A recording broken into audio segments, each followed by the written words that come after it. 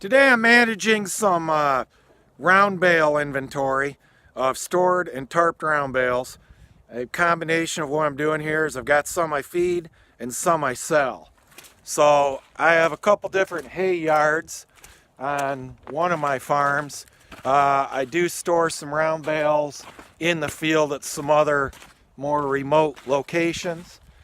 But let me show you what I got here. So I already had one great big stack here that's gone.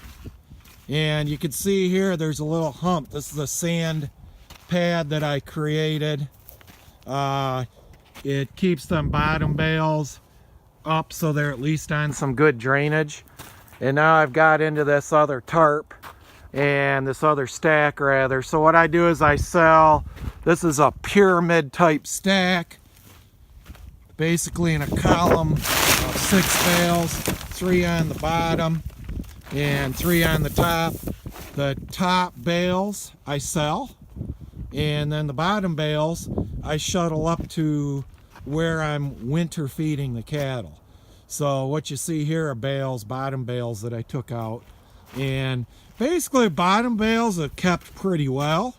They've gotten a little bit of, they've flattened out here, got a little bit of sand and water on the bottom, but not much. The bales themselves have kept really well inside, bright green, as you can see. You peel back, and there's a little bit of brown here. There's two things that happen. You get a little bit of tarp burn on them, okay? And that's condensation where the tarp touches.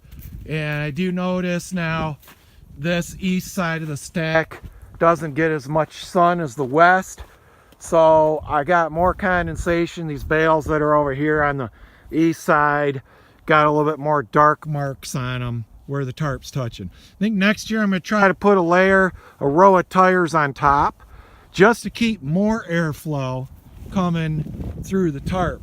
Over here, I try to keep the ends open without the tarp blowing off. So here I keep this end open. That allows some air to get through this tarp and blow through there, okay?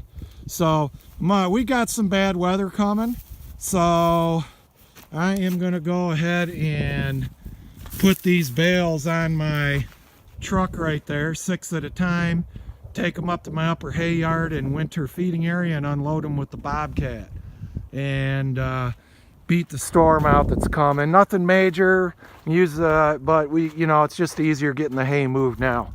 And then I'm going to be gone this week at the State Farm Bureau Convention. So I'm going to grab the white 260 and get to moving.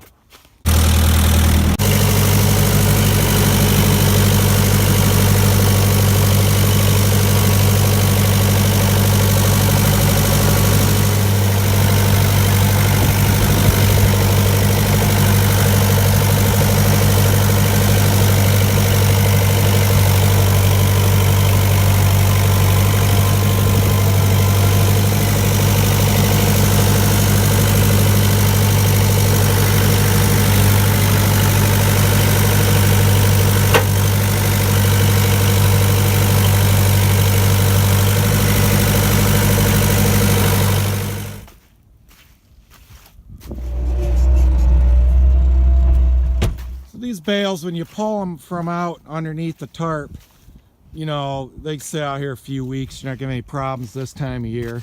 These are the bales. These are a lot more rot on them. These are the ones that are uncovered that have been used to weigh the tarps down, like what you see over there.